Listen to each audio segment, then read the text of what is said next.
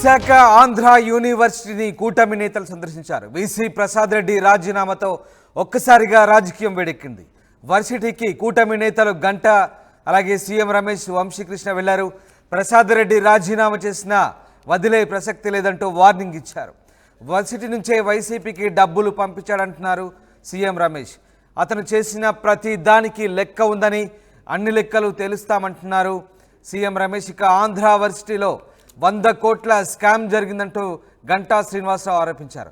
మొత్తం మీద ఆంధ్ర వర్సిటీలో కూటమి నేతల విమర్శలు కొనసాగాయి. వీసీ ప్రసాద్ రెడ్డికి కూటమి నేతలు వార్నింగ్ ఇచ్చారు. ఒక్కసారిగా వర్సిటీని సందర్శించిన నేతలు వీసీపై విమర్శలు గుప్పించారు. వీసీ ప్రసాద్ రెడ్డి రాజీనామా చేసినా వదిలే ప్రసక్తే లేదంటున్నారు నేతలు.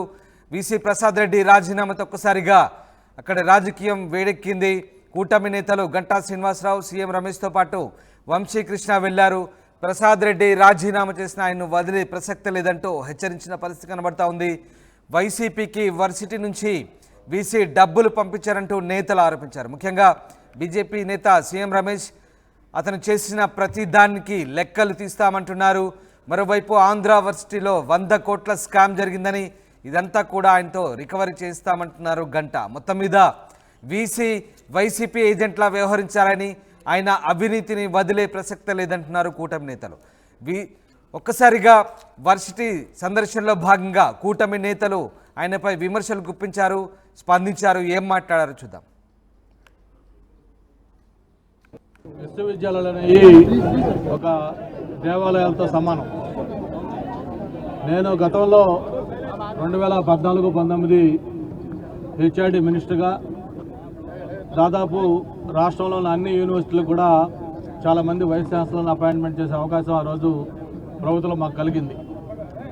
ఆంధ్ర యూనివర్సిటీ నుంచి దాదాపు 18-19 మంది వైస్ ఛాన్సలర్స్ రాష్ట్రంలో వివిధ యూనివర్సిటీలకి వైస్ ఛాన్సలర్కి వెళ్ళారు.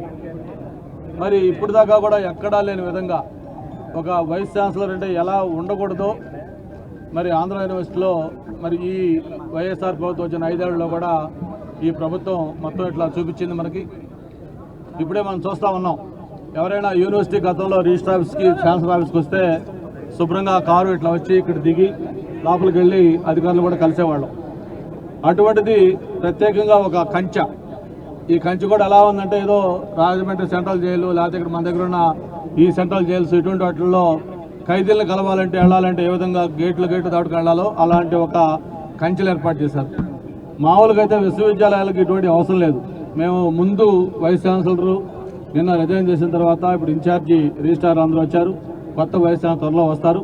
వైస్ ఛాన్సలర్ కూడా తెలియజేస్తా ఉన్నాం. ముందు పాత యూనివర్సిటీ ఎలాగుందో ఈ ఇనప గేట్లు, కంచెలు అవన్నీ కూడా తీసేసి ఒక సాధారణ university registrar office, vice chancellor కార్యాలయం ఎలా ఉంటుందో అలాగా ఉండే విధంగా ఏర్పాటు చేస్తాం. రెండోది, మనం ఇప్పుడు దాకా చూస్తూ ఉన్నాం, మీడియాలో చూస్తూ ఉన్నాం, రకరకాల అకేషన్లో చెప్పుకున్నాం. ఈ వైస్ ఛాన్సలర్ గారు వచ్చిన తర్వాత ఎలాంటి కార్యక్రమాలు చేశారు, వైఎస్ఆర్ పార్టీ కార్యాలయంగా దీన్ని ఎలా వాడారు, ఇక్కడి నుంచే క్యాండిడేట్ సెలక్షన్స్, ఇక్కడి నుంచే సర్వేలు, ఇక్కడి నుంచే డబ్బులు ఫండింగ్తో సహా అన్ని చేయడంతో కాకుండా ఎవరైనా వైఎస్ఆర్ పార్టీ నాయకులు ముఖ్యమంత్రి గారితో పాటు ఇక్కడ ఇన్ఛార్జీలు కానీ లేకపోతే వాళ్ళ ఎంపీలు కానీ చివరికి వాళ్ళ పుట్టినరోజులు వస్తే ఆ పుట్టినరోజులు కూడా ఈ కార్యాలయంలో చేసేవాళ్ళు. అంటే అంత మరీ పరితెగించి దీన్ని చేశారు. అంతేకాదు, ఇందాక ఎంపీ గారు చెప్పినట్టుగా వైస్ ఛాన్సలర్ అంటే ఒక విద్యావేత్త, అందరూ కూడా ఆదర్శంగా ఉండేది. మరి రాష్ట్రంలో చాలా వైస్ ఛాన్సలర్స్ ఉన్నారు, చాలా యూనివర్సిటీస్ ఉన్నాయి, దేశంలో ఉన్నాయి. ఎక్కడ కూడా వైస్ ఛాన్సలర్ దిగితే ఒక పిఎంఓ, సీఎంఓ లేకపోతే ఒక సెంట్రల్ మినిస్టర్లో లేకపోతే ఎటువంటి వాళ్ళు వచ్చినప్పుడు ఎలాగైతే ఒక సెక్యూరిటీ, స్పెషల్ సెక్యూరిటీ, ఎస్కార్టు, వాళ్ళతో పాటు 2-3 వీళ్ళు దిగి ఆ ఒక రకమైన అట్మాస్ఫియర్ క్రియేట్ చేసుకొని ఇవన్నీ చేశారు. అంతేకాదు, దేశంలో ఎక్కడా లేని విధంగా స్పెషల్ ఎగ్జామినేషన్స్. అంటే ఎటువంటి స్పెషల్ ఎగ్జామినేషన్స్ అంటే ఎవరైనా తనకు కావాల్సిన మనుషులు ఈ యూనివర్సిటీ సర్టిఫికేట్ కావాలి, దీంట్లో ఏదైనా కావాలనుకుంటే వాళ్ళ కోసం అకాడమిక్ షెడ్యూల్ కాకుండా ఒక స్పెషల్ ఎగ్జామ్స్ అని పెడతారు. ఆ స్పెషల్ ఎగ్జామ్స్లో ఎప్పుడు పెడతారు, ఎందుకు పెడతారు, ఎవరు పెడతారు, ఎవరు వాల్యుయేషన్ చేస్తారు, ఏమి కూడా లెక్క లేకుండా వాళ్ళని పాస్ చేస్తారు. అసలు వస్తే డిస్ట్రిక్ట్స్లో కూడా ఇస్తారు. మీకు అటువంటి ఉదాహరణ ఈ మధ్య ఎవరైతే ఒక ఐపీఎస్ ఆఫీసర్ సంజయ్ గారు తెలుసు, మీకు చూసుంటుంది, ఆయనకు కూడా అటువంటి ఒక స్పెషల్ ఎగ్జామినేషన్ పెట్టి ఆయనకి పట్టాలు ఇచ్చిన విషయం మన యూనివర్సిటీలో జరిగింది. అంతేకాదు మామూలుగా పిల్లలు ఏదైనా ఎగ్జామినేషన్లో ఫెయిల్ అయినప్పుడు రీవాల్యుయేషన్ పెట్టుకుంటారు. కానీ ఇక్కడ రీవాల్యుయేషన్ అంటే రీవాల్యుయేషన్ అయిన దాని మీద కూడా మళ్ళీ రీవాల్యుయేషన్ పెట్టి వాళ్ళకి కావాల్సిన విధంగా చేసుకొని అంటే ఇట్లా చెప్పుకుంటా పోతే అన్ని రకాల అవకతవకలకి అన్నిటి కూడా యూనివర్సిటీలో పడ్డారు. ఖచ్చితంగా ఇందాక రమేష్ చెప్పినట్టుగా ఏదైతే పదవికైతే రాజీనామా చేశాడు కానీ ఆయన చేసిన తప్పులు ఏవైతే ఉన్నాయో అవన్నీ కూడా ఖచ్చితంగా ఎంక్వైరీ చేసి దానికి తగిన శిక్ష విధించేటట్టు చేసి భవిష్యత్తులో మళ్ళీ ఇంకొకరు ఎవరు కూడా ఇటువంటి పనులు చేయాలంటే భయపడే విధంగా ప్రభుత్వం తప్పకుండా చర్యలు తీసుకుంటూ ఉంటుంది. ఎందుకంటే యూనివర్సిటీ ఇది 100 years సెలబ్రేషన్ చేసుకుంటున్న యూనివర్సిటీ. ఆంధ్రప్రదేశ్లోనే కాదు ఇండియాలో ఒక గ్లోరీ ఉన్న యూనివర్సిటీ. డాక్టర్ సర్వేపల్లి రాధాకృష్ణ దగ్గర నుంచి ఎంతోమంది మహానుభావులు ఇక్కడ వైస్ ఛాన్సలర్గా చేసుకున్న యూనివర్సిటీ చివరికి ఇటువంటి వ్యక్తుల చేతిలో పడి యూనివర్సిటీ ప్రతిష్ట పూర్తిగా మసకబారింది. తప్పకుండా చంద్రబాబు నాయుడు గారి నాయకత్వంలో ప్రత్యేకించి యువ నాయకులు నారా లోకేష్ గారు ఎడ్యుకేషన్ మినిస్టర్గా బాధ్యతలు తీసుకున్నారు. మళ్ళీ ఆంధ్ర యూనివర్సిటీకి ఆ పూర్వ వైభవం ఖచ్చితంగా తీసుకొచ్చే ప్రయత్నం స్థానికంగా ఉన్న మేమందరం కూడా చేస్తాం. మళ్ళీ యూనివర్సిటీగా ఓల్డ్ గ్లోరీ తెస్తామని చెప్పి కూడా మరొకసారి తెలియజేసుకుంటూ ఈ 5 ఏళ్ళు కూడా ఎవరైతే బాధితులుగా ఉన్నారో ఎవరైతే వైస్ ఛాన్సలర్ వల్ల వాళ్ళు ప్రమోషన్స్ విషయంలో కానీ మిగతా ఇతర విషయాల్లో ఇబ్బందులు పడ్డారో వాళ్ళందరికీ కూడా తగిన న్యాయం జరుగుతుంది. ఎవరైతే ఊరిక అవుట్ ఆఫ్ ది వే వచ్చి బెనిఫిట్స్ పొందారో వాళ్ళందరూ కూడా శిక్షించబడతారని చెప్పి కూడా మరొక్కసారి తెలియజేసుకుంటూ ఇమీడియట్గా ఏదైతే ఈ కంచె కావచ్చు లేకపోతే ఈ మిగతా రాజశేఖర్ గారి విగ్రహం కావచ్చు ఇటువంటివన్నీ ఏవి కూడా ప్రజాప్రాయానికి యూనివర్సిటీ పాలకవర్గానికి వ్యతిరేకంగా ఇటువంటివి చేశారో అవన్నీ కూడా తీసేసి మళ్ళీ సాధారణ స్థితి వచ్చే విధంగా అన్ని చేస్తామని చెప్పి కూడా మరొకసారి తెలియజేసుకుంటా ఉన్నాం. ఆంధ్రప్రదేశ్లో ఈ నెల 4వ తారీఖున రాక్షస పాలన నుంచి విముక్తి జరిగితే ఈ ఆంధ్ర యూనివర్సిటీకి మాత్రం నిన్నటి రోజు విముక్తి జరిగింది. ఈ ప్రోగ్రాము మేమందరం కలిసి ఒక వారం ముందే పెట్టుకోవాలని చూసాం. కాకపోతే అటు అసెంబ్లీ ఇటు పార్లమెంటు ఉన్న దానివల్ల పెట్టుకోలేకపోయాము. ఈరోజు ఈ ప్రోగ్రాము ఉందని తెలిసి ప్రసాద్ రెడ్డి వైస్ ఛాన్సలర్గా రాజీనామా చేయడం జరిగింది. అతను రాజీనామా చేసినంత మాత్రాన అతన్ని వదిలే సమస్య లేదు. ఎందుకంటే ఒక మంచి విశ్వవిద్యాలయాన్ని దేశంలోనే మంచి పేరున్న విశ్వవిద్యాలయాన్ని అతను వైఎస్ఆర్ కాంగ్రెస్ పార్టీ కార్యాలయంగా మార్చేశాడు. విద్యార్థులు భవిష్యత్తు కూడా చూసుకోకుండా ఇది ఇక్కడి నుంచి రాజకీయ కార్యకలాపాలు చేశాడు అతను. అయితే ఈ యూనివర్సిటీ అతని కార్యాలయం నుంచే ఇక్కడి నుంచే డబ్బులు పంపిణీ కానీ వైఎస్ఆర్ పార్టీ మెటీరియల్ కానీ జెండాలు కానీ ఇక్కడి నుంచి సర్వేలు కానీ చేయడం జరిగింది. ఇక్కడ విద్యార్థులను ఏ విధంగా ఇబ్బందులు పెట్టాడు, అలాగే ఇక్కడ పనిచేసే స్టాఫ్ను మాత్రం ఏ విధంగా వదలలేదు. చాలా మందిని రకరకాలుగా ఇబ్బందులు పెట్టి అతను ఏదో ఒక కమాండెంట్ మాదిరి మిలిటరీ ఆఫీసర్ మాదిరి ఇక్కడ యూనివర్సిటీలో ఉండే సెక్యూరిటీని కాదని ఇతనికి ఒక సెక్యూరిటీ, ఇతని ఆఫీస్కు చూస్తే చుట్టూ కంచె ఏ విధంగా ఉందో ఒక జైల్లో కదా బందీలు కదా పెట్టుకున్నట్లు ఎవరు అతని దగ్గర రాకుండా విద్యార్థులు అతని సమస్యలు చెప్పుకోకుండా ఈ విధంగా బంధించాడు. ఇక్కడ చాలా అవినీతి జరిగింది, చాలా రాజకీయ కార్యకలాపాలు జరిగాయి. వైఎస్ఆర్ కాంగ్రెస్ పార్టీ ఆఫీస్ చేశాడు. ఇతను చేసినవన్నీ కూడా లెక్క ఉంది, ఆ లెక్క తప్పకుండా తీరుస్తాం. ఇది తెలిసి మేము ఈరోజు నాయకులందరం పెద్దలు గంటా శ్రీనివాసరావు గారి, వెలగపూడి రామకృష్ణబాబు గారు కానీ, వంశీ కానీ, అలాగే మన విష్ణు కుమార్ రాజు గారు అందరం రావాలనుకుని మేము వారం నుంచి అనుకున్నాం. కాకపోతే నాకు పార్లమెంటు వారికి అసెంబ్లీ ఉండి రాలేకపోయాం. కానీ ఇది తెలిసి అతను రాజీనామా చేసిపోయినంత మాత్రాన అతన్ని వదిలే సమస్య లేదు. అతని మీద జ్యుడిషియల్ ఎంక్వైరీ ఏమేమి చేశాడో అవన్నీ కూడా అతను ఆ పాపం ఇక్కడ కడగాల్సిందే. ఎందుకంటే ఇంకా ఏది అయినా కానీ సంపాదించుకోవచ్చు, డబ్బు పోతే సంపాదించుకోవచ్చు, పదవి పోతే సంపాదించుకోవచ్చు. విద్యార్థులు వారి మంచి సమయం పోయింది.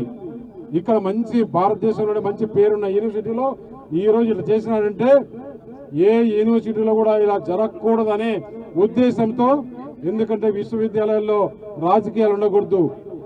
ఇక్కడ ఎవరి అధికారంతో రాజశేఖర రెడ్డి విగ్రహం యూనివర్సిటీలో పెట్టచ్చా? మేము తీయాలనుకుంటే ఒక్క నిమిషం చాలదు. దాని ఒక పద్ధతిగానే వారు చేసినట్లుగా మేము చేయం. దాని ఒక పద్ధతిగానే విద్యార్థులు, ఇక్కడ ఉండే ఉపాధ్యాయులు, ప్రొఫెసర్స్, లెక్చరర్స్ అందరు అభిప్రాయం తీసుకొని కాలేజీలో ఇటువంటి పని చేయొచ్చా లేదా అనే వారి అభిప్రాయం మేరకే నిర్ణయం తీసుకుంటామని చెప్పేసి తెలియజేరింది. ప్రసాద్ రెడ్డి మాదిరి ఇంకా ఎవరు కూడా చేసేదానికి ఫ్యూచర్ లో కూడా ఆలోచన చేసే విధంగా ప్రసాద్ రెడ్డికి శిక్ష వేయాలి, అతని మీద ఎంక్వైరీ చేయాలని గవర్నర్ ని, ప్రభుత్వాన్ని కోరడం జరుగుతుంది. జ్యుడిషియల్ ఎంక్వైరీ వేయాలని చెప్పేసి అతన్ని ఇమ్మీడియట్ గా శిక్షించాలని చెప్పేసి మేము ప్రభుత్వాన్ని, గవర్నర్ ని కోరడం జరుగుతుంది. మేమందరం కూడా అందరం వెళ్ళి గవర్నర్ ని మేము ఎంక్వైరీ చేయాలని కోరుతామని చెప్పేసి రిప్రజెంటేషన్ ఇచ్చేస్తామని చెప్పి తెలియజేస్తూ మిగతా విషయాలు పెద్దలు మాట్లాడతారు. చంద్రబాబు నాయుడు గారు ముఖ్యమంత్రి ఉన్న సమయంలో నేను విద్యాశాఖ మంత్రిగా ఉండగా స్థానిక శాసనసభ్యుడిగా ఎలగపూడి రామకృష్ణ బాబు కూడా చాలాసార్లు యూనివర్సిటీ అధ్యాపకులకు సంబంధించి కానీ, నాన్ టీచింగ్ వాళ్ళకి సంబంధించి కానీ, ఎన్ఎంఆర్లు కానీ, అవుట్సోర్సింగ్ కానీ రకరకాల వాళ్ళ సమస్యల మీద చాలాసార్లు మనం కలిసి మాట్లాడితే చాలా వరకు కొంత న్యాయం చేయడం జరిగింది. ఈ 5 ఏళ్లలో ఎక్కడ కూడా వాళ్ళ సమస్యల పట్ల వైస్ ఛాన్సలర్ కానీ, ప్రభుత్వం కానీ స్పందించిన పాపాన్ పాల. మళ్ళీ ఈరోజు ఒక పీపుల్స్ గవర్నమెంట్ వచ్చింది. చంద్రబాబు నాయుడు గారు, లోకేష్ బాబు గారితో కూడా మాట్లాడి తప్పకుండా ఏదైతే ఎంప్లాయీస్, నాన్ టీచింగ్, ఇతర సిబ్బంది ఉన్నారో అందరికి కూడా న్యాయం చేసే బాధ్యత కూడా మేము తీసుకుంటామని చెప్పి కూడా మరొకసారి మీకు మనం చేస్తాం. పోయినసారి అఫిడవిట్ లో ఎంఈవి సత్యనారాయణ ఆయన డిక్లేర్ చేసింది 10th క్లాస్. ఈ యూనివర్సిటీ నుంచి ఆయనకు పిహెచ్డి ఇచ్చారు. ఇప్పుడు అఫిడవిట్ లో పిహెచ్డి చేస్తున్నాడు అంటే 10th క్లాస్ తర్వాత ఇంటర్మీడియట్, డిగ్రీ ఏం లేకుండా. అంటే ఇలాంటి నిజంగా ఆయన సంజయ్కి ఎందుకు ఇచ్చాడు తెలుసు కదా. జగన్మోహన్ రెడ్డి చెప్పిన మాట ప్రకారం చంద్రబాబు నాయుడిని అరెస్ట్ చేశాడు, అతనే కేసు బుక్ చేశాడు అనే ఉద్దేశంతో అతనికి డిగ్రీ ఇవ్వాలి. నిజంగా గొప్పడే కదా, చాలా గొప్పడే కదా. అటువంటి వాడు ప్రసాద్ రెడ్డి ఇక్కడికి వచ్చి విద్యార్థులు అందరితో మాట్లాడితే, సార్ ఇదే యూనివర్సిటీలో అతన్ని బట్టలు ఉడిదీసి తిప్పాలి సార్ అన్నారు. మన సంస్కృతి అది కాదు. అతను రూసా నిధులు దాదాపు 100 కోట్లు దుర్వినియోగం చేశాడు. ఇక్కడ ఏ విధంగా దుర్వినియోగం చేసింది, ఇక్కడ ఏ విధంగా అవినీతి చేసింది తప్పకుండా ఎంక్వైరీ చేసి ఇక్కడ విద్యార్థులు, ఇక్కడ ఉండే స్టాఫ్ దగ్గరనే అతని శిక్ష వేయించే విధంగా మేమందరం కృషి చేస్తాం. ఎవరు కూడా తొందరపడి అలాంటి నిర్ణయాలు తీసుకోవద్దు. ఇటువంటి వ్యక్తిని, ఈరోజు ప్రసాద్ రెడ్డి అంటే వ్యక్తిని భారతదేశం అంతా కూడా చూసే విధంగా అతను చేసిన తప్పులను తప్పకుండా నేషనల్ మీడియాకి కానీ మొత్తం యూనివర్సిటీకి అందరికి కూడా దీన్ని సర్క్యులేట్ చేసి, ఇటువంటి వ్యక్తి, ఇటువంటి చీడ పురుగు, ఇటువంటి దుర్మార్గుడు ఏ యూనివర్సిటీకి కూడా ఎప్పుడు వచ్చేదానికి కూడా వీలు కాకూడదు అనే విధంగా ఈ ప్రసాద్ రెడ్డికి శిక్ష వేయిస్తాము. అతను ఏదన్నా అనుకున్నాడేమో ఈ 5 ఏళ్లు నేను అనుభవించానని. ఇంకా రాబోయే కాలం అంతా కూడా ఈ 5 సంవత్సరాలు అతను చేసిన తప్పులు శిక్ష అనుభవించాల్సిందే అని చెప్పి తెలియజేస్తాను. డెఫినెట్ గా వద్దు, రాజకీయం కాదు. యూనివర్సిటీ పరిపాలన గాడి తప్పి అన్యాయంగా వెళ్తున్నప్పుడు దాన్ని సరిచేయడం కోసం ప్రజాప్రతినిధులుగా మేము ఈరోజు ఇక్కడ రావడం జరిగింది. మేము రాజకీయాలు చేయాలనుకుంటే వేరేగా చేసేవాళ్ళు, రాజకీయం కాదు. ఇప్పుడు ఇంతమంది ఎంప్లాయీస్, ఇంతమంది నాన్ టీచింగ్ స్టాఫ్, ఇంతమంది 2014-19 చంద్రబాబు నాయుడు నాయకత్వంలో గవర్నమెంట్ ఉండింది కదా. నేను అప్పుడు విద్యాశాఖ మంత్రిగా ఉన్నాను కదా, ఎమ్మెల్యే రామకృష్ణ ఉన్నాడు కదా. ఏ రోజున్నా ఇది ఒక పార్టీ కార్యాలయం, పార్టీ వైస్ ఛాన్సలర్లు, అప్పుడు చాలా మంది వైస్ ఛాన్సలర్ చేశారు. ఎవరన్నా పార్టీకి సర్వేలు కానీ, పార్టీ నాయకులు పుట్టినరోజులు యూనివర్సిటీలో చేయడం కానీ, లేకపోతే క్యాండిడేట్లు ఇక్కడే చూసుకోవడం కానీ, డిస్ట్రిబ్యూషన్ పెట్టడం కానీ, డబ్బులు ఎవరైనా యూనివర్సిటీలో వైస్ ఛాన్సలర్ చేశారా? కాబట్టి ఎవరు ఇప్పుడు తెలుగుదేశం పార్టీ ఎవరైనా ఒకరిద్దరు అటువంటి ప్రయత్నం చేసినా కూడా మా నాయకుడు అసలు అలో చేయడం. ఖచ్చితంగా విశ్వవిద్యాలయాలు అంటే చాలా పవిత్రత ఉండి అటువంటి శాంటిటీ వాళ్ళు ఉండాలి తప్ప ఎట్టి పరిస్థితుల్లో కూడా దీన్ని మళ్ళీ తెలుగుదేశం పార్టీ వచ్చింది కాబట్టి మాకు కార్యాలయంగా చేస్తామని మీరు అనుకోవద్దు. అటువంటి ఆస్కారమే లేదు. సార్ రాజశేఖర రెడ్డి గారి విగ్రహం ఉంది అని చెప్పేసి అన్నారు, అదంటే ఫ్యూచర్లో తొలగిస్తారని అనుకోవచ్చు మీరు? ఇప్పుడు అందుకే ఇందాక రమేష్ చెప్పాడు కదా మీకు, ఇప్పుడు పక్కన మహాత్మా గాంధీ విగ్రహం ఉంది. ఆ మహాత్మా గాంధీ విగ్రహం మీద కాకులు రెట్లేస్తామని దాన్ని పట్టించుకుని పాపన పట్ల, పక్కన మాత్రం రాజశేఖర రెడ్డి గారిది చాలా పెద్ద విగ్రహం పెట్టి దాని మీద గ్రిల్స్ పెట్టి దాన్ని బ్యూటిఫికేషన్ చేసి, అంటే ఈ నేషనల్గా ఒక ఏం మెసేజ్ ఇస్తున్నారంటే మహాత్మా గాంధీ కంటే కూడా రాజశేఖర రెడ్డి గొప్పవాడు అని ప్రసాద్ రెడ్డి మొత్తానికి ఒక మెసేజ్ ఇవ్వడం కోసం దాన్ని ఆ విధంగా చేశారు. మేము ఏదో అన్డెమోక్రటిక్గా లేకపోతే ఏదో యూనిలాటరల్గా మేము వచ్చి ఇప్పుడు దాన్ని కొట్టేయాలంటే 5 నిమిషాల పని, కానీ అలా చేయదలుచుకోవాలా.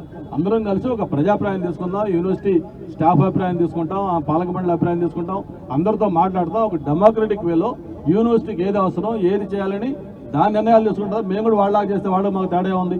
దాన్ని కొట్టేయడం 5 నిమిషాల పని ఏముంది. ఇప్పుడు మా వాళ్ళకి చెప్పి దాన్ని లాగేస్తారు కదా.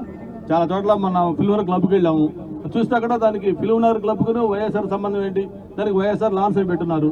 అక్కడికి మాతో పాటు వచ్చిన వాళ్ళు వచ్చి లాగేశారు. ఎందుకు లాగుతారంటే మాకు నచ్చలేదు సార్, ఫిల్మ్ నగర్కి వైఎస్ఆర్ లాన్స్ ఏంటి, మేము లాగేసామన్నారు. అట్లా ఇటువంటి చేస్తారు ఇక్కడ. కానీ మేము అట్లా చేయాలని చెప్పట్లేదు. దానికి ఒక పద్ధతిగా డెమోక్రటిక్గా ఏం చేయాలి. యూనివర్సిటీలో ఆంధ్ర యూనివర్సిటీకి Rajasekhar what way is concern అంత విగ్రహం పెట్టాల్సిన అవసరం ఉందా? రోడ్డు మధ్యలో బ్లాక్ చేస్తూ ప్రసాద్ రెడ్డి కార్యాలయాలు పెట్టుకోమను, వైఎస్ఆర్ పార్టీ ఆఫీసులో పెట్టుకోమను. ఇక్కడ ఆంధ్ర యూనివర్సిటీలో ఆయన కంట్రిబ్యూషన్ ఏంటి? మరి దాని ఊరిని అపోజ్ చేసిన విద్యార్థుల్ని, ప్రజా సంఘాలని, యూనియన్స్ని అందరినీ అరెస్ట్ చేసి అంత అమానుషంగా పెట్టాల్సిన అవసరం ఏంటిది?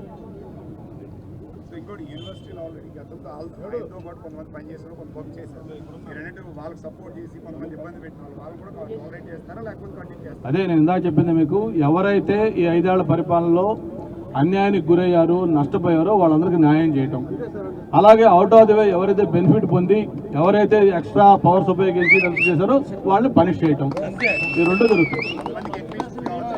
What ever it may be, ఎక్కడ ఇర్రెగ్యులారిటీస్ ఉన్నా అవన్నిటి మీద ఎంక్వైరీ జరుగుతుంది. ఓకే,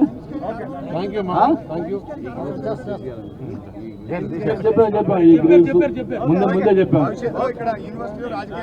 ఖచ్చితంగా 100% రాజకీయాలు ఉండవు. ఎవరైనా చేయాలని ప్రయత్నం చేసినా చంద్రబాబు నాయుడు గారు అసలు ఒప్పుకోరు.